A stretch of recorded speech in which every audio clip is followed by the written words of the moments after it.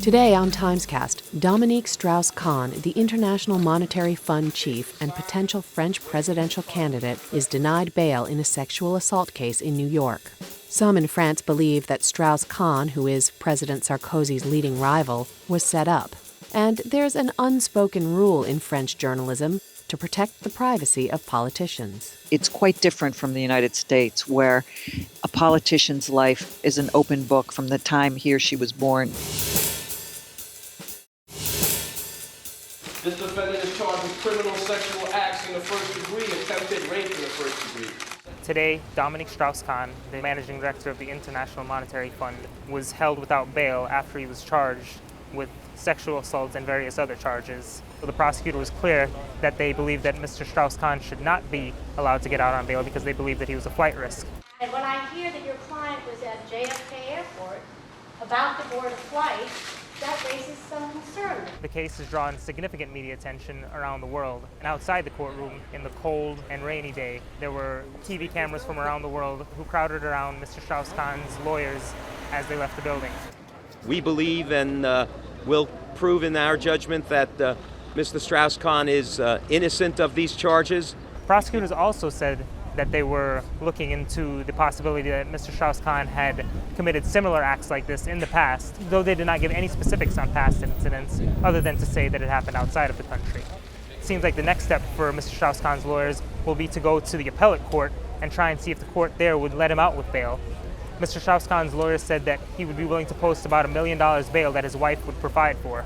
Prosecutors indicated in court that their investigation was still ongoing and that they were still trying to find out details of what exactly happened in that hotel room. There are many people in Paris who have a very hard time taking aboard the charges against Mr. Strauss-Kahn. I think it's a deception, a setup. A bunch of obvious questions come to mind, and you can't help but to imagine a political maneuver. There are many people who feel he must have been set up. He's been the main rival to the French president, Nicolas Sarkozy, with elections coming in a year. But the usual assumption is that it was the Élysée and President Sarkozy, because Mr. Strauss-Kahn has been running first in the polls. In fact, it was Mr. Sarkozy who engineered the move of Mr. Strauss-Kahn to Washington to run the International Monetary Fund in the first place.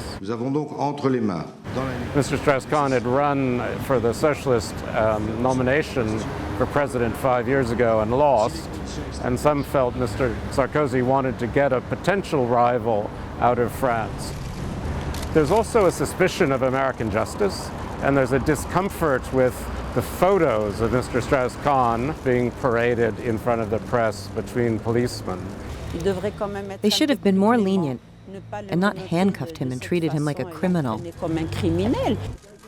With Mr. Strauss-Kahn out of the race, there's lots of confusion. The head of the Socialist Party, Martine Aubry, may now feel some pressure to run for the presidency. There's some debate about whether the departure or the absence of Mr. Strauss-Kahn will help the far-right party, the National Front, and its leader, Marine Le Pen.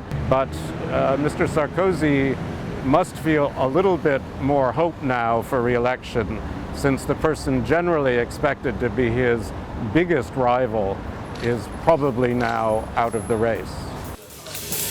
Private life is private life here in France, and so French journalists don't investigate the adulterous affairs of their politicians. In fact, a lot of French politicians never put their families out on the campaign trail. It's quite different from the United States, where a politician's life is an open book from the time he or she was born until the present day.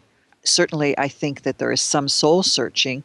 For example, if journalists had done a better job of investigating Strauss-Kahn's behavior in the past, maybe it would never have gotten to this point. Certainly, there have been rumors circulating for years that he's this grand séducteur, this great seducer, that he may have had liaison with a lot of other women. There was the story at the I.M.F. where he was involved and admitted being sexually involved with another woman. But certainly this idea of criminal behavior has shocked the French. What it also has done, though, it has drawn attention to a potential event that happened several years ago where a young French journalist charged that Strauss-Kahn had attempted to sexually assault her. She never filed charges. It's very difficult to file charges in this country against such an important person. And now there is some consideration that she's been rethinking this. Her mother has said on the record that she should not have dissuaded her daughter from filing charges against him.